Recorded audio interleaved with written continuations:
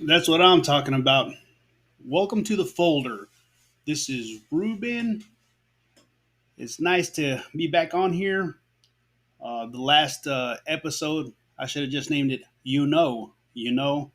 So that was kind of rough start right there. But you know what? We're gonna go ahead and we're gonna go on and move forward from this. So I've learned a little bit, So I'm not gonna be saying a lot. So you know, okay.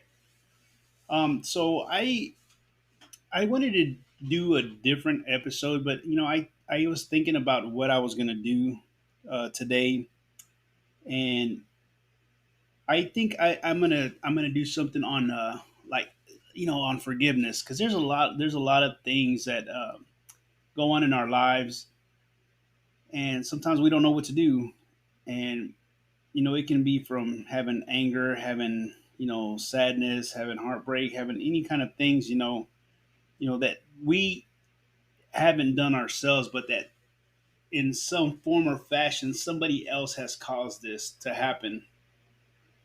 And sometimes we hold on to things and we don't know how to let it go. We don't know how to move on from something like that, certain things.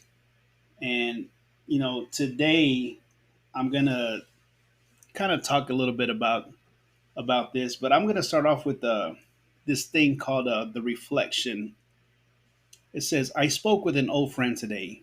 We hadn't seen each other in a long time. He asked me about some deep things. He asked about getting guidance. He asked about what I thought about it all. I started off with, you see, there are two sets of people in this world, the willing and the broken. Automatically, he tells me that he is broken. He tells me that he knows he is not perfect and is at fault for some things. He says he was pushed aside, beat up, mocked, and left broken. He began to cry and started showing me scars that were all over him. I looked at them in amazement. I had never seen so many. He pointed to some that had been there since his childhood. Then he pointed to some that were there from his teenage years. He reminisced about some in his 20s and laughed at some from his 30s. Still, there were some scars that looked healed but very far from healing. This broken man, standing in front of me with waterfalls of tears and fists hitting the ground with the force of a bomb, what could I say? What could I gather in my brain? What words could I form to help this desperation of a man in front of me? I walked slowly to him, put my hand on his shoulder, and said, your brokenness has weakened your best remedy to stand. I told him that the willingness to stand was greater than the pain he felt. No one could ever feel what it was like to be left to fend, protect, and fight for yourself, but he had started by speaking out to me. I began to help him stand to his feet. I told him to stand straight, chest out, and to look forward. I assured him that no one will ever understand these eternal scars that mark him for life, but that each scar is a story of the willingness to overcome. He cracked a half smile, wiped his eyes, nodded, and turned around and began to walk just the way a willing man should. From that time forward, I never seen my broken friend again. So you see, there's a lot of things, there's a lot of scars that happen that we have in our lives, and sometimes we just can't get rid of it because it seems that every time that we try to get rid of them, we look at that scar, we look upon it, or we're rubbing the sweat off of our arms or off of our brow or something, and we kind of brush our fingertips on these scars, and we start thinking about where they came from, why are they still there, why did this have to happen to me, and things like that, and a lot of things, that I'm going to be saying is it's from experience. It's from different things that I've gone through. It's different things that I've seen people gone through. I'm not going to be giving no names or anything like that. The only time that I will do that is if somebody actually wants to come in and tell their story, or they want me to share their story, on this. So what I want to talk about is forgiveness. What is forgive? Forgive is stop feeling angry or resentful towards someone for an offense, a flaw, or a mistake. To cancel a debt. See, a lot of times we fall into this debt that we think that we owe somebody, that we think that we owe, uh, our lives to, uh, not knowing what to do or what to come out of this. So what I'm saying is that we have to learn how to dig deep and look at these scars, look at this resentment, look at this anger, look at this hurt inside of us, and see what can we do about it. Because all it does, it creates something in us. It creates bitterness, anger. It creates physical harm. If it creates mental harm, if it creates emotional harm, spiritual harm, all these things, because we don't forgive. Forgiveness is something very hard to do. It is very difficult to forgive somebody if they have hurt you or if they did anything. Like, I need to forgive my parents. There could be a lot of people that have issues with parents, and I'm talking about bad parents. I'm not talking about kids that just want to do what they want to do, get out of the house, not listen to parents, be rebellious, do things like that. And I'm not talking about parents. You're going to be strict. You're going to sit down. You're going to eat when I tell you to. You're going to do this. You're going to do that, and blah blah blah. No, I'm talking about parents that love you, parents that that went through something themselves as children, young adults. But I'm talking about you know, like something bitter that happened like in your childhood or something like that. And it's hard to forgive, especially as a little kid, seeing a lot of different things that go on in your household, um, seeing a lot of kids grow up without a father figure, without a dad in the house, and or without a mom in the house, because it goes both ways. It's just not one way. Like, oh, you know what, the dad's not there, but sometimes the mom's not there either. But the thing is that as kids, as teenagers, as young adults, we take all these things and we hold it inside. We take all this anger, we take all this bitterness, we take all this hatred sometimes, and we hold it inside, and we just keep it there, and it stays there, and it festers as you're growing up, as you're going through things, as you're going, through new things, especially as a teenager. You're going through puberty. You're going, you know, you like a boy or a girl, and and all these different things come into your life, but we still have this hatred, we still have this bitterness, we still have all this stuff in our lives, and sometimes we don't know how to move forward in something like that because we have all this stuff that is weighing us down. Um, like like for me, for instance, like I went through some stuff and things like that, and it took me a long time to forgive my father for different things. I was already in my 30s, when I really sat down and I thought about my life, and me and my dad, I was working with my dad, we were driving, and for some reason there was this really awkward silence. And he was driving, and I was on the passenger side. We were going to a job, and it was kind of late, in the evening, and we were quiet. And then all of a sudden, I'm not going to go into like great detail, but I ended up telling my dad, Dad, I forgive you for everything that you did. I love you. I hated you for this amount of time, but now I forgive you. I was going to church. You know, I had seen a different way, and I know that it was God that He changed my heart, and He changed it in such a way that I told my dad, Dad, I forgive you for everything. And at that moment, all this burden came off of me. So I was like, oh man, I felt so light. And I was walking around, and I was like, oh, this is so awesome. And I could see in my dad's face, that he was like, oh man, it's like he was waiting for a long time to hear this.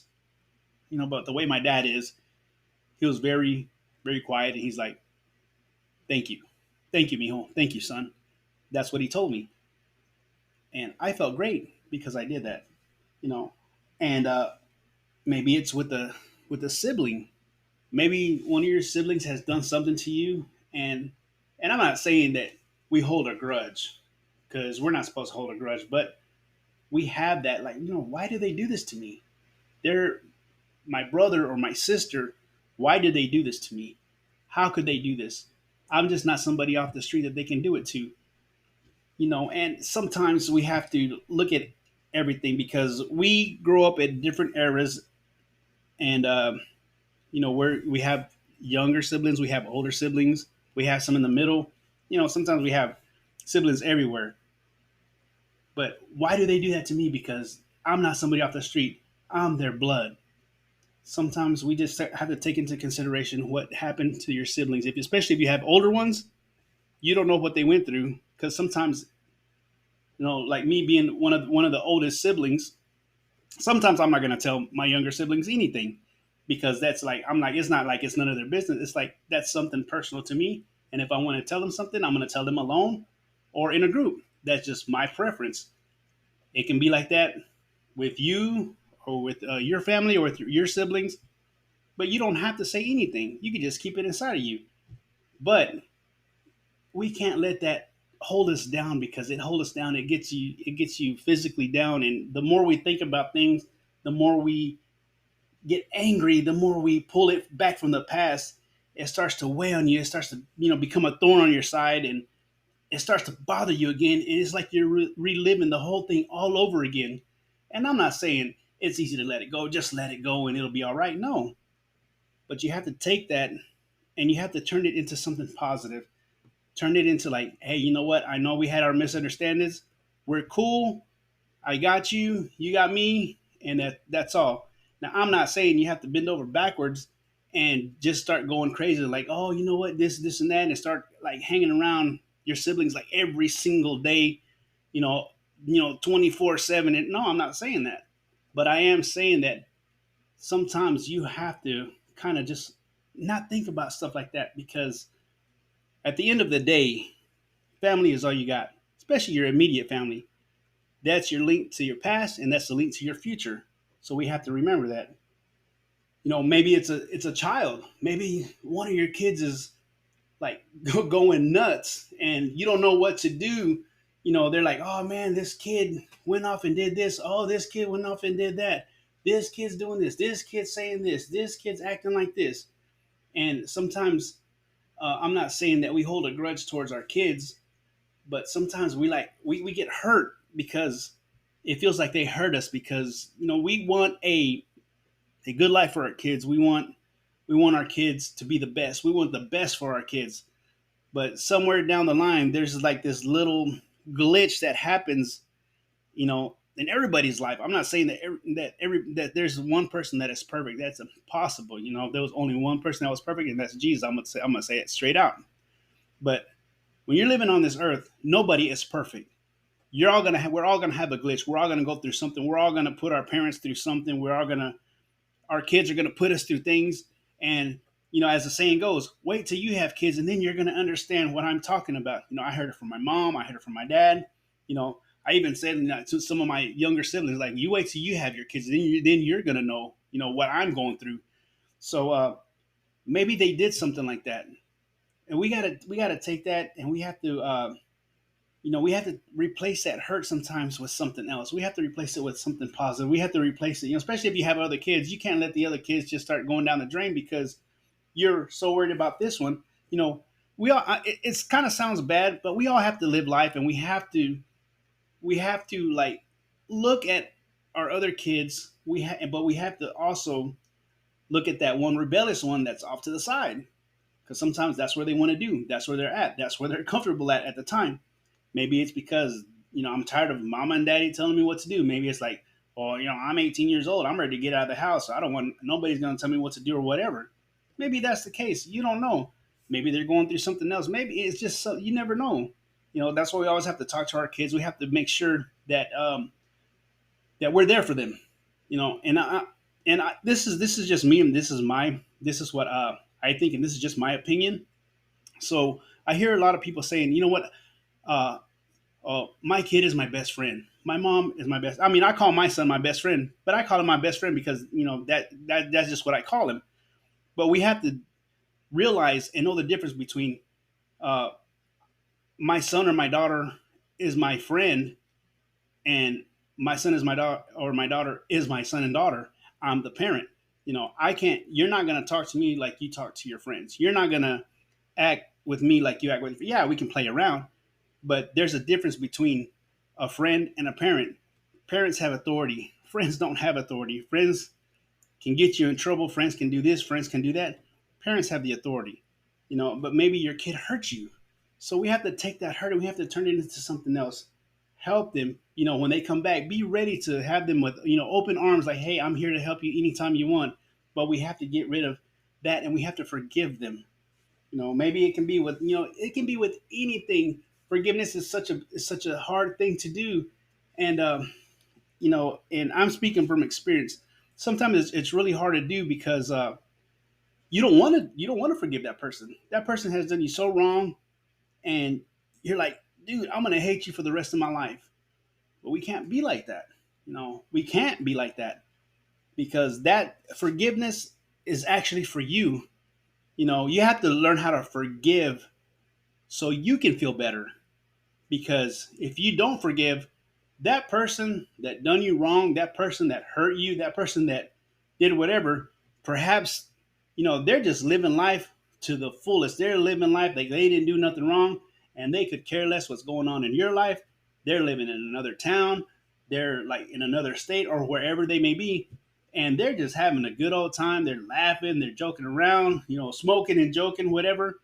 And we're over here at the house feeling sorry for ourselves, like, oh, why do they do this to me? Why do they do that to me?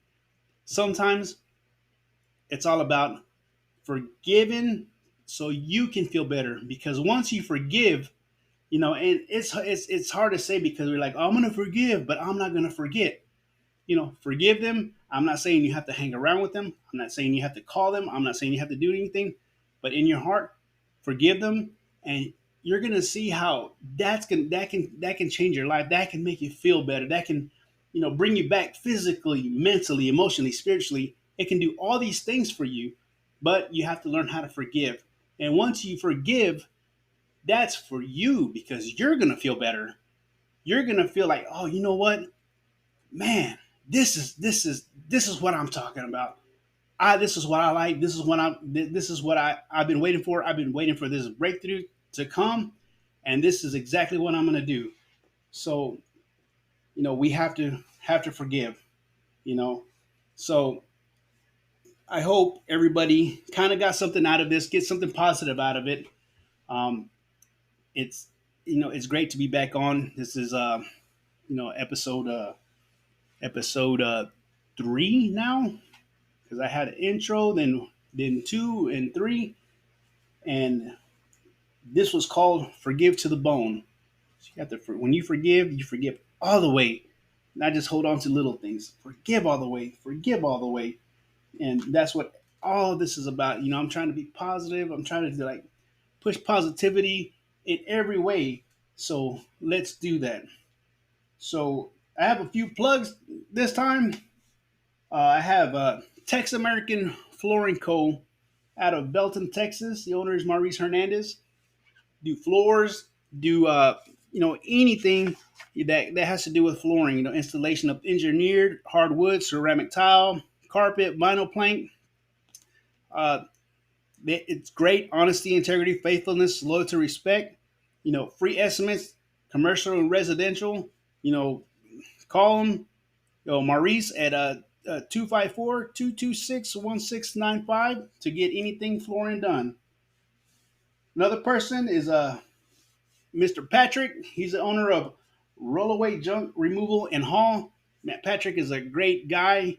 If you have anything, if you're remodeling a home, if you're have any kind of construction going on at your house, and you just have a big pile just sitting out there, and you don't know what to do with it, like, oh, I don't want to load it up. Look up Patrick at Rollaway Junk Removal and Haul, and he will hook you up. He will go over there and he will take all that stuff and he will take it to the dump. He'll load it and everything. Patrick's a great guy. Look him up on Facebook and he'll hook you up. And then last but not least, we have Desert Smoke Barbecue out of Abilene, Texas. So my good friend, Mr. Juan Manuel Perez, aka Charlie, and I'll tell you about that story some other time. Man, the best barbecue you can have out there in Abilene. Desert Smoke Barbecue. Go hook him up. Veteran, great guy, and believe me, he makes some monster sandwiches, and you're going to love it. Go out there, Desert Smoke Barbecue, out there in Abilene, Texas. And with that, folks, come to the last part of the show. If you have any ideas, if you have anything you want to say about it, if you want to have anything or where I'm going to be out, or if you want to plug in a business or anything, anywhere you are, you can shoot me an email at thefolder.podcast76@gmail.com. Again, that's thefolder.podcast76@gmail.com. And with that, I bid you adieu. Next episode, we'll be covering Generation X. Until next time, keep it 80s and God bless.